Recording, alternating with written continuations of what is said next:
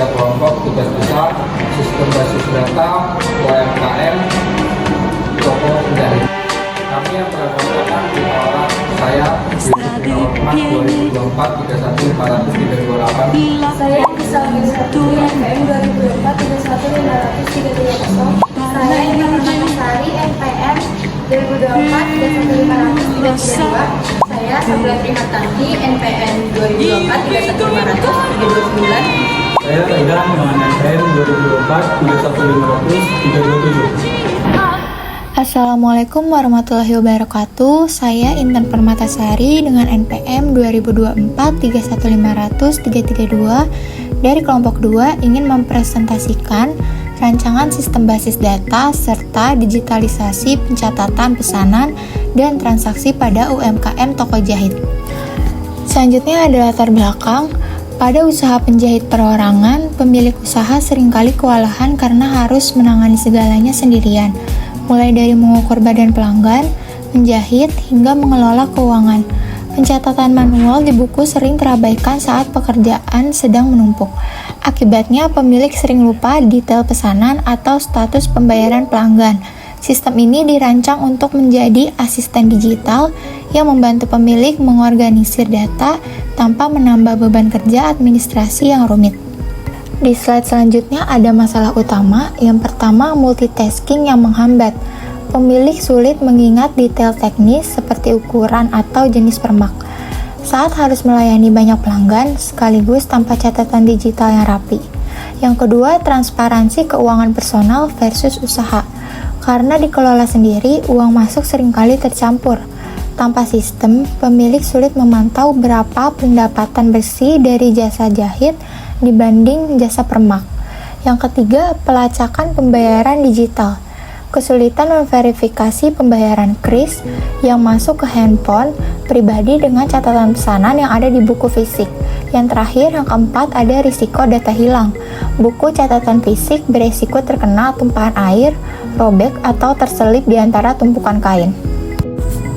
Selanjutnya itu ada tujuan. Yang pertama, tujuannya itu menciptakan basis data tunggal yang mudah diakses pemilik untuk melihat riwayat ukuran pelanggan tanpa perlu mengukur ulang setiap kali ada pesanan baru.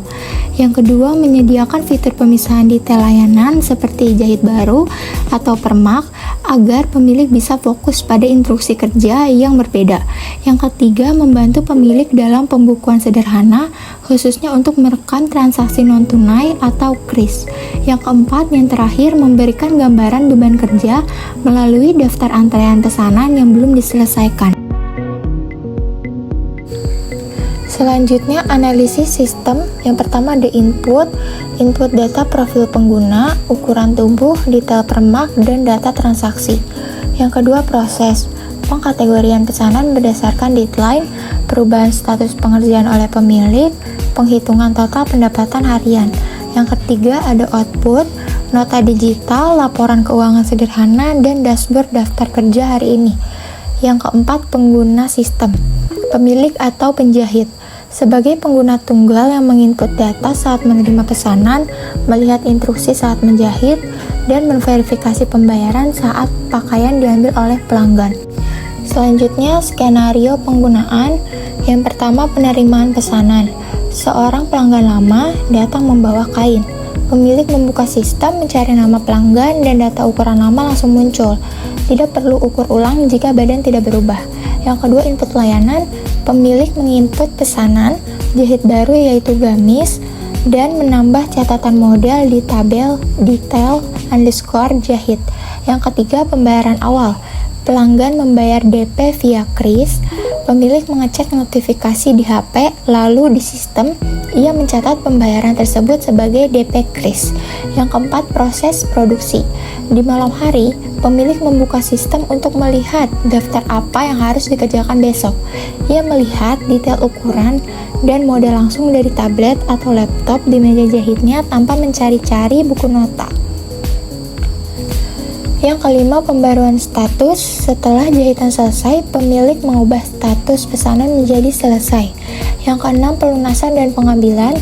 pelanggan datang mengambil baju, pemilik menginput sisa pembayaran pelunasan, dan sistem secara otomatis menutup pesanan tersebut. Yang terakhir, yang ketujuh, evaluasi mandiri. Di akhir bulan, pemilik melihat laporan di sistem untuk mengetahui apakah bulan ini ia lebih banyak mendapat keuntungan dari jahit baru atau dari permak pakaian. Jadi sekian dari saya, bila ada kekurangan mohon dimaafkan. Wassalamualaikum warahmatullahi wabarakatuh. Baik, Assalamualaikum warahmatullahi wabarakatuh. Saya YW Hotman dengan NPM 2024-31538. Pada kesempatan ini saya akan sedikit menjelaskan Entity Relationship Diagram atau ERD dari sistem pemesanan jasa jahit dan permak pakaian. ERD ini digunakan untuk menggambarkan struktur database, hubungan antar tabel, serta alur data dalam sistem. Nah, yang pertama itu ada entitas pelanggan. Entitas ini pertama adalah pelanggan. Pelanggan memiliki atribut seperti ID pelanggan, nama pelanggan, alamat, dan nomor telepon. Setiap pelanggan dapat melakukan satu atau lebih pesanan, sehingga hubungan antara pelanggan dan pesanan adalah one to many. Nah, yang kedua ada entitas pesanan. Selanjutnya terdapat entitas pesanan sebagai pusat dari sistem, yaitu memiliki atribut ID pesanan, ID pelanggan, tanggal masuk, estimasi selesai, status pekerjaan, dan biaya. Setiap pesanan ini dibuat oleh satu pelanggan, namun satu pelanggan bisa memiliki banyak pesanan. Selanjutnya ada detail jahit. Pesanan dapat memiliki detail jahit yang disimpan dalam entitas detail jahit yang berisikan atribut. Pada entitas ini meliputi ID jahit, ID pesanan, model desain, jenis pakaian, dan ukuran. Hubungan antara pesanan dan detail jahit adalah one to many karena satu pesanan bisa memiliki beberapa detail jahitan. Selanjutnya detail permak. Selain jahit, sistem juga menyediakan layanan permak pakaian. Ini direpresentasikan oleh entitas detail permak dengan atribut ID permak, ID pesanan, jenis pakaian, dan jenis perubahan. Satu pesanan dapat memiliki beberapa detail permak sesuai kebutuhan pelanggan. Selanjutnya ada pembayaran. Entitas terakhir adalah pembayaran. Pembayaran ini memiliki atribut ID pembayaran, ID pesanan, metode pembayaran, tanggal bayar, jumlah, dan status pembayaran. Hubungan antara pesanan dan pembayaran adalah one to many karena satu pesanan dapat dilakukan pembayaran lebih dari satu kali, misalnya DP dan pelunasan. Assalamualaikum warahmatullahi wabarakatuh. Perkenalkan, nama saya Raihan, NPM 2024-31500-327. Di sini saya akan menjelaskan tentang tabel ERD. Yang pertama itu, di dalam tabel terdapat tabel pelanggan yang berfungsi untuk menyimpan data pelanggan seperti ID pelanggan, nama pelanggan, nomor telepon, dan alamat. Setiap pelanggan dapat melakukan lebih dari satu pemesanan. Selanjutnya ada tabel pemesanan yang menjadi tabel utama dalam sistem ini. Tabel pemesanan menyimpan informasi terkait pemesanan jasa jahit seperti tanggal masuk, status pekerjaan, estimasi selesai, dan biaya. Tabel ini terhubung dengan tabel pelanggan melalui ID pelanggan sebagai foreign key-nya. Untuk detail pekerjaan, sistem ini memisahkan menjadi dua tabel, yaitu detail jahit dan detail permak. Tabel detail jahit digunakan untuk mencatat pesanan jahit baru yang mencakup jenis pakaian, model desain, dan ukuran. Sedangkan tabel detail per mak digunakan untuk mencatat pekerjaan per mak pakaian seperti jenis pakaian dan jenis perubahan yang dilakukan. Kedua tabel ini terhubung ke tabel pemesanan melalui ID pesanan sebagai foreign key-nya, menunjukkan bahwa satu pemesan dapat memiliki detail jahit atau detail per mak sesuai kebutuhan pelanggan. Yang terakhir ini terdapat tabel pembayaran yang digunakan untuk mencatat transaksi pembayaran. Tabel ini menyimpan informasi tanggal pembayaran, jumlah pembayaran, metode pembayaran, serta status pembayaran. Tabel pembayaran juga terhubung ke tabel pemesanan, yang berarti satu pemesan dapat memiliki satu atau lebih data pembayaran. Setelah membuat sistem manajemen basis data relasional dengan menggunakan IRD dan tabel, langkah selanjutnya kita aplikasikan ke dalam MySQL untuk menyimpan, mengelola, dan mengambil data secara terstruktur dalam tabel. Langkah pertama, kita buka aplikasi XM, lalu pada menu MySQL kita tekan Start. Selanjutnya kita tekan Shell. Nanti akan terlihat seperti ini. Selanjutnya kita masukkan perintah seperti ini. Sebelum memasukkan semua data entitas yang telah dibuat, kita buat database-nya terlebih dahulu dengan perintah create database, nama database. Untuk mengakses database-nya, kita gunakan perintah use nama database. Setelah terganti, kita mulai membuat tabel masing-masing entitasnya. Kita mulai dari tabel pelanggan dengan perintah create database pelanggan, lalu buka kurung dan enter. Selanjutnya, kita masukkan field atau entitas yang sudah kita buat. Field pertama yaitu ID pelanggan menggunakan tipe data integer dengan size 10 karena field ini berisi angka. Lalu kita ketik primary key auto increment karena field ID pelanggan merupakan primary key atau kolom unik yang berbeda satu dengan yang lain. Lalu ketik koma untuk melanjutkan mengisi field. Field kedua yaitu nama pelanggan dengan tipe data varchar yang berarti bisa diisi dengan huruf, angka, maupun simbol. Lalu kita ketikkan not null yang berarti field tersebut tidak boleh kosong. Lalu ketik koma. Field selanjutnya ada alamat dengan tipe data varchar. Karena alamat biasanya panjang, lalu ketik not null lagi yang berarti tidak boleh kosong. Dan field terakhir ada nomor telepon dengan tipe data varchar, lalu ketik unique not null yang berarti kolom tersebut harus diisi dan nilainya harus berbeda satu sama lain setiap barisnya untuk menjamin bahwa setiap nilai dalam kolom tersebut harus berbeda dan dari nilai lainnya. Tidak boleh ada duplikat nilai. Selanjutnya, untuk melihat struktur tabel yang sudah kita buat, kita gunakan perintah dash nama tabel. Nantinya akan terlihat data fieldnya, tipe data, data null atau kosong. Terlihat di sini isinya no semua karena tadi kita sudah tuliskan not null agar fieldnya terisi, tidak ada yang kosong. Lalu ada keterangan key. Terlihat ada pri yaitu primary key dan uni berarti unique. Lalu ada extra bertuliskan auto increment yaitu fitur yang secara otomatis menghasilkan nilai unik yang berurutan untuk sebuah kolom setiap kali baris data baru dimasukkan tanpa input manual. Selanjutnya, untuk melakukan input data ke dalam tabel yang sudah ada, kita gunakan perintah insert into nama tabel, buka kurung nama field, tutup kurung, values. Untuk mengisi setiap data dalam field, kita gunakan tanda kutip. Misalnya, kami akan mengisi tabel pelanggan. Contohnya seperti ini.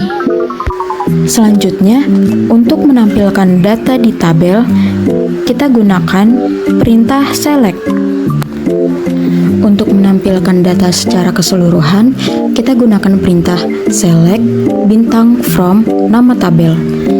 Misalnya, kami akan menampilkan data keseluruhan dari pelanggan. Kami gunakan perintah select bintang from pelanggan dan tampilannya akan seperti ini. Selanjutnya ada tabel pesanan. Cara membuatnya sama seperti tabel pelanggan, yang membedakan adalah field-nya. Yang pertama ada ID pesanan yang berperan sebagai primary key, lalu ada ID pelanggan berperan sebagai foreign key yang berfungsi untuk membuat hubungan antar tabel. Selanjutnya ada tanggal masuk menggunakan tipe data date untuk memasukkan tanggal mulai pesanan dibuat. Lalu ada status pekerjaan menggunakan tipe data varchar. Lalu ada estimasi selesai menggunakan tipe data date juga untuk memasukkan tanggal kira-kira pesanan akan diambil oleh pelanggan. Lalu ada biaya menggunakan tipe data desimal dengan size 10,2. Artinya dua digit diantaranya berada setelah titik desimal atau skala, dan 8 digit sisanya sebelum titik desimal atau presisi. Lalu untuk menetapkan foreign key, kita gunakan perintah foreign key buka kurung primary key table sebelumnya, reference table sebelumnya, buka kurung primary key table sebelumnya. Contohnya seperti yang ada di tabel pesanan ini, mengambil ID pelanggan sebagai foreign key tabel pesanan dengan perintah foreign key ID pelanggan reference pelanggan ID pelanggan, lalu tutup kurung dan titik koma. Untuk memasukkan data sama seperti sebelumnya menggunakan perintah insert into. Di sini insert into pesanan. Lalu untuk menuliskan tanggal, kita tulis dari tahun, bulan, lalu tanggalnya. Selanjutnya itu ada tabel detail jahit untuk pesanan jahit baju. Yang pertama itu masukkan field ID penjahit, ini 10, dan gunakan perintah primary key auto increment karena field tersebut bersifat unik. Selanjutnya itu ada ID pesanan in 10 not null dipakai untuk membuat field tersebut jadi foreign key. Selanjutnya itu ada jenis pakaian varchar 15 not null, model desain varchar angka 20 not null. Untuk ukuran not null yang bertipe teks agar bisa menyimpan keterangan ukuran pakaian yang beragam dan fleksibel karena setiap jenis pakaian memiliki ukuran yang berbeda-beda. Selanjutnya itu ada masukkan perintah insert into detail jahit.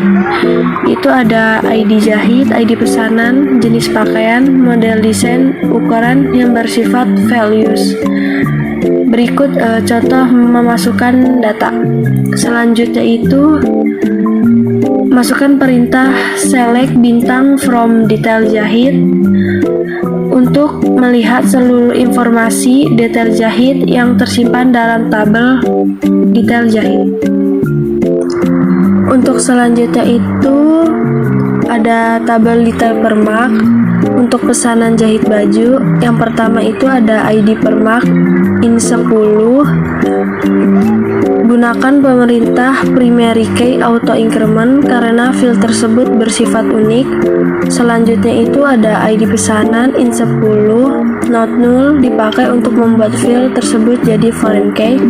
Yang selanjutnya itu ada jenis pakaian varchar 15 not null.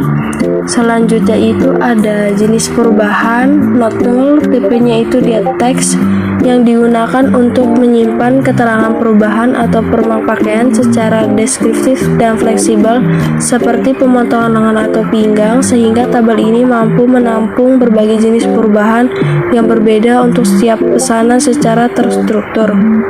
Yang selanjutnya itu ada perintah insert into detail permak, yaitu ada ID permak, ID pesanan, jenis pakaian, jenis perubahan yang bersifat values. Berikut contoh masukan data. Untuk selanjutnya itu ada perintah select bintang from detail permak, digunakan untuk menampilkan seluruh data yang tersimpan dalam tabel detail permak, sehingga pengguna dapat melihat informasi lengkap mengenai detail permak pakaian, meliputi ada ID permak, ID pesanan, jenis pakaian, dan jenis perubahan yang telah dicatat. Selanjutnya itu membuat tabel pembayaran untuk pesanan jahit baju. Yang pertama itu masukkan field ID pembayaran in 10 dan gunakan perintah primary key auto increment karena field tersebut bersifat unik. Selanjutnya itu ada ID pesanan in 10 not null dipakai untuk membuat field tersebut jadi foreign key. Yang selanjutnya itu ada tanggal bayar, tipenya itu date not null untuk mencatat tanggal pembayaran dilakukan. Selanjutnya itu ada metode bayar yang bertipe enum untuk membatasi pilihan metode pembayaran seperti QRIS, tunai, dan transfer. Selanjutnya itu ada status pembayaran yang bertipe enum untuk menunjukkan kondisi pembayaran apakah belum dibayar, DP, atau lunas, not null. Selanjutnya itu masukkan perintah insert into pembayaran, yaitu ada ID pembayaran, ID pesanan, tanggal bayar, jumlah, metode bayar, status pembayaran yang bersifat values. Berikut contoh memasukkan data. Selanjutnya itu ada masukkan perintah select bintang from pembayaran yang digunakan untuk menampilkan seluruh data pembayaran yang tersimpan sehingga pengguna dapat melihat informasi lengkap mengenai transaksi pembayaran setiap pesanan. Sekian presentasi dari kelompok kami, kurang lebihnya mohon maaf. Kami akhiri. Wassalamualaikum warahmatullahi wabarakatuh.